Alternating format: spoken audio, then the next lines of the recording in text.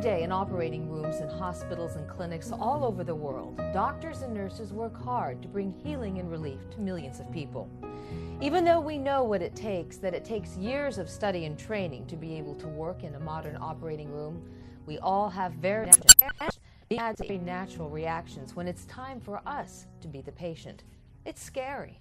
And we always have questions, lots of questions. Being pregnant only adds to the anxiety, and it certainly adds to the list of questions. There are lots of issues that are very important, and they're coming up at a time when it may be difficult to know the right thing to do. There are health issues that come with any surgery that could have lifelong effects. That's just as true with abortion. So, good questions need to be asked, and dependable answers need to be found. That's what this video is all about. Getting honest answers to your medical questions about abortion. You need to know what's going on inside your body and how the decisions you make today might affect you now and in the years to come. That's a lot to ask, and I know I'm going to be needing help in getting those answers. So I've asked two experts to join me today. Dr. Alan Moore is a fellow of the American College of Obstetrics and Gynecology. He studied at Baylor College of Medicine in Houston, Texas, and was a resident at the Letterman Army Medical Center in San Francisco, California. He's been in practice helping expectant moms since 1980. Julie Dozier is in private practice as a psychotherapist. She received her master's from Houston Baptist University and is a licensed professional counselor as well as a certified sexual addiction therapist. She sees mainly female clients, many of which have had abortions. Thank you both so much for joining me today. We've got a lot of questions to answer, so let's get right to it. Dr. Moore, let's start with you. Let's begin with pregnancy. What is happening to a woman's body when she becomes pregnant? Well, the first thing she notices, obviously, is she's late for a period. And what has happened is as she releases an egg from her ovary, it's picked up by the tube, and if she's had relations the night before, the sperm meets the egg in the last one-third of the tube, and that's where fertilization occurs and really where the pregnancy begins. And this is the first trimester? Oh, yes. Okay. This is in the first days after ovulation. And then the fertilized egg starts dividing almost immediately and works its way down to the womb to implant in the lining of the womb, or the uterus as we call it. And that takes about a week. So by the time the woman has actually had implantation of the fertilized egg into her womb, she's within a week of her expected period. But almost immediately the woman starts feeling symptoms of the pregnancy because the implanted pregnancy starts secreting hormones that affect her in very dramatic ways. Most women are familiar with these, either by friends or relatives or by the movies. They start getting a little nauseated or queasy. They start getting some breast tenderness. They start urinating more frequently. These are all the classic textbook symptoms of an early pregnancy. And as we move into the second trimester, what is happening to a woman's body? Well, the baby implants and starts growing. The organs start developing very, very quickly. We can document a heartbeat and blood flow as early as 1 week after the woman's expected period. In other words, when she's 1 week late for a period, you can detect a heartbeat. The baby starts moving at about 7 weeks after conception. The baby actually can start sucking its thumb at about 12 weeks and actually can turn inside the womb by about 14 weeks. Now we're into the second trimester. And from there on, all the organs have completely formed after 14 weeks, and the baby essentially just grows and matures, gets larger and larger. But the development of the organs is complete after the first 3 months of the pregnancy. Okay, let's talk about abortion itself and the different types of abortion. There is the surgical abortion, right? Yes, Could you explain that? And that's certainly the most common type of abortion in the United States and around the world today. Basically, the woman, if she decides she does not want to carry the pregnancy, the womb has to be emptied. And in the first trimester, it's relatively straightforward to remove the pregnancy by doing what's called a suction D&C. And essentially what that is there's just a plastic hollow tube that is placed into the womb after the cervix has been dilated with some metal dilators, and it essentially vacuums out the pregnancy, removes the placenta and the baby by a vacuuming action. And the amount of suction is set precisely to be strong enough to remove the pregnancy, but not too strong to injure the womb of the mother. That can be done in a doctor's office under either a local anesthetic on the cervix, or it can actually be done with some IV intravenous sedation. And that's in the first trimester? First trimester, yes, When ma'am. you progress to the second trimester, what happens? You progress the second trimester, the baby is larger, obviously, and it becomes more difficult to get the baby out. And at this point, no longer can you do a suction D&C roughly after 14 weeks. From 14 weeks to roughly 22 weeks, the procedure changes to a different variation of this. It's called a dilation and extraction, or dilation and evacuation, a D&E for short. Just like the first trimester is a D&C, the second trimester is a D&E, dilation and evacuation. And what the physician who does this has to do there is, again, using more anesthetic because it's much more painful, obviously, is he dilates the cervix, again, with using either metal dilators, or more frequently, he'll put a little instrument into the cervix overnight that actually absorbs the woman's fluids from her body and swells and dilates it slowly over about 12 hours.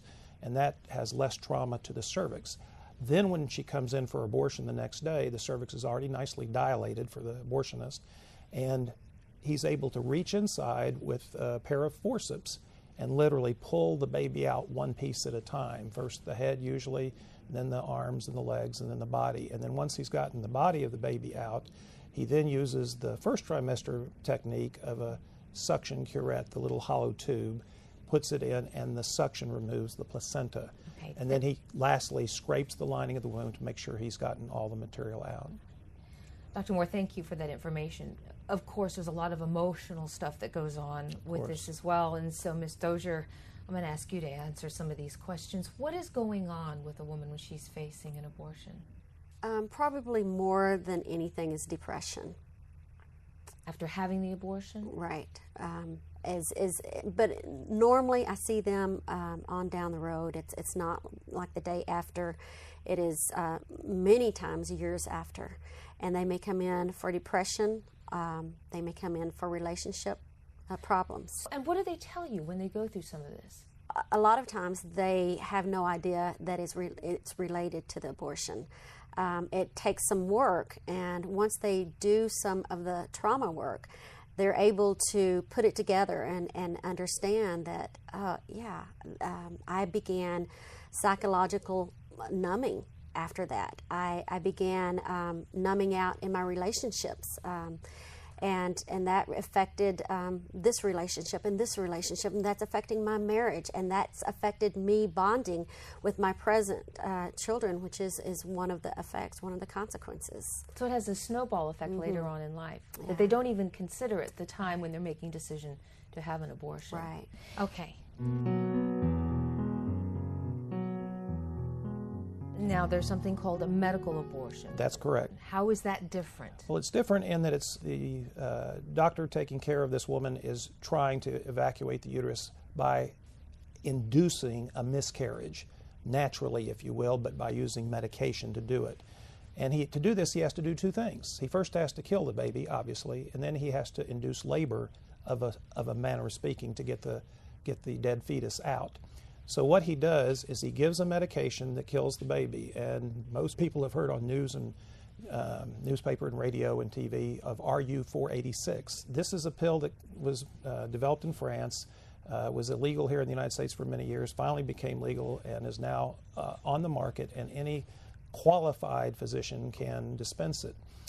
She takes this pill the day she comes in to the doctor's office, and that pill blocks the effect of the most important hormone of pregnancy, progesterone, and that kills the baby within 24 to 48 hours.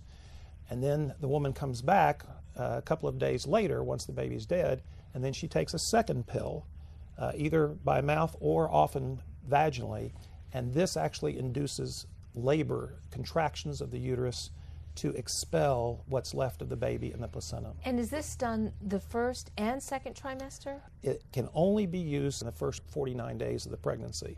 So if a woman is past roughly 7 weeks in her pregnancy, then you have to use a different form of medical abortion. And what's usually done there is, again, the baby is usually killed first, And this can be done any number of ways. One of the most common ways is by putting a thin needle about 6 inches long through the woman's abdomen under ultrasound guidance, guiding it into the baby's heart, injecting potassium chloride, and that causes a sudden cardiac arrest, which kills the baby instantly.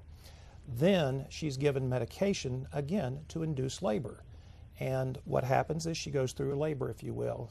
Her cervix starts dilating, her uterus starts contracting, she goes into labor, and she essentially delivers the baby intact. And then if the placenta is not passed, occasionally you have to do a D&C to get the placenta out. But most of the time, these types of medical abortions are done later in pregnancy, certainly past 14 weeks, and can be done even up to 30 weeks or so. All right. You've talked about medical and surgical abortions, physically what happens to a woman. What are the complications of any of these types of abortions? Well, let's talk about them separately. The complications of surgical abortion and then the complications of medical abortion. Surgical abortion, like any surgical procedure, has some obvious potential complications. Anytime you operate, you can have bleeding. And that's certainly one of the major hazards, is that when you remove a live baby and placenta from the womb, the blood supply to the baby is tremendous. And by removing it, you open up that blood supply to bleeding, and you have to use medications very, very quickly to stop the bleeding. And sometimes you have an excessive amount of bleeding that we call hemorrhage, and in some cases it can be serious where it requires transfusion, or it can actually be life-threatening. Secondly, infection is always a risk with any surgery. Now, fortunately, with modern antibiotics, most abortion clinics will give the woman what we call prophylactic antibiotics, antibiotics taken without any infection present, but to prevent an infection. Third potential complication is actually injury to the woman herself in the process of doing the abortion. And just by my description of the procedure, you can understand the cervix is at risk because you have to forcefully dilate the cervix months before it was ready to open up, and sometimes you can lacerate or weaken the cervix. Secondly, you can perforate the uterus. When you're putting that little vacuum tube inside the uterus to suction out the baby, if you push too hard, you can poke a hole in the back of the uterus, and then you have this very dangerous situation of the suction tube being inside the woman's abdomen. It can attach to the bowel or to a blood vessel and cause a rupture of the bowel, which causes a spilling of infection into the abdominal cavity. You can hit a blood vessel and cause massive hemorrhage. It's a very serious complication. You can also cause ultimately damage to the cervix, where it won't hold a baby back for future pregnancies. If you have too many abortions, the forceful dilation of the cervix can weaken its primary role of holding the baby back. And you can have a condition called incontinent cervix, where a woman has a desired pregnancy. She gets up to about 20 weeks when the baby gets to be about a pound of weight, and the cervix has been forcefully dilated so many times, it gives way and she loses the pregnancy. You've got some initial complications and some future later complications with yes, that. And that's with the surgical abortion. Yes, ma'am. Okay, and with the medical abortion, what are the complications with that? The medical abortion, it's primarily that the technique can fail. It only works about 92 to 95% of the time. And when it fails, the woman actually fails to pass the dead fetus, and she bleeds and cramps and bleeds and cramps, and eventually has to go in for a surgical abortion. So failure of the technique is one. Secondly, because of the prolonged time, it can sometimes take weeks for her to pass the fetus. She can actually get infected during that time, and even prophylactic antibiotics may not prevent that. In fact, with RU486, there have been several deaths reported with a very rare bacteria that we've never seen in obstetrics until RU486 was legalized, that caused fatal infection that was irreversible and death within 3 days to women who took RU486. And currently the FDA has what we call a black box warning on RU486 because we don't know why that's occurring only with this abortion method. Now, according to one of the leading texts on abortion, this text says that the possible negative reactions to having an abortion are guilt, shame, depression, regret, and grief. Guilt, shame, depression, regret, and grief. Is that what you found in your practice? Oh, definitely. Every one of those. There's shame. Shame is huge in this, and shame leads to other problems such as eating disorders and addiction, sexual addiction, promiscuity. Okay. Talked about shame. Okay. Regret.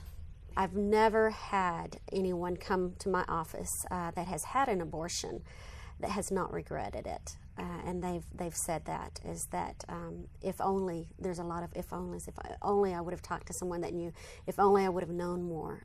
It sounds a lot like post-traumatic stress syndrome, people coming back from a war zone or something like that. Is it similar? It's very similar. It's characterized by a delayed or a chronic reaction to the trauma of abortion. And I think a lot of the girls did not realize at the time that it truly is trauma. No, you don't think of it as trauma when you're there. Right. You just think of it as something that has to be done and you go on. Right. But it is a trauma, and it stays with you that way. Right.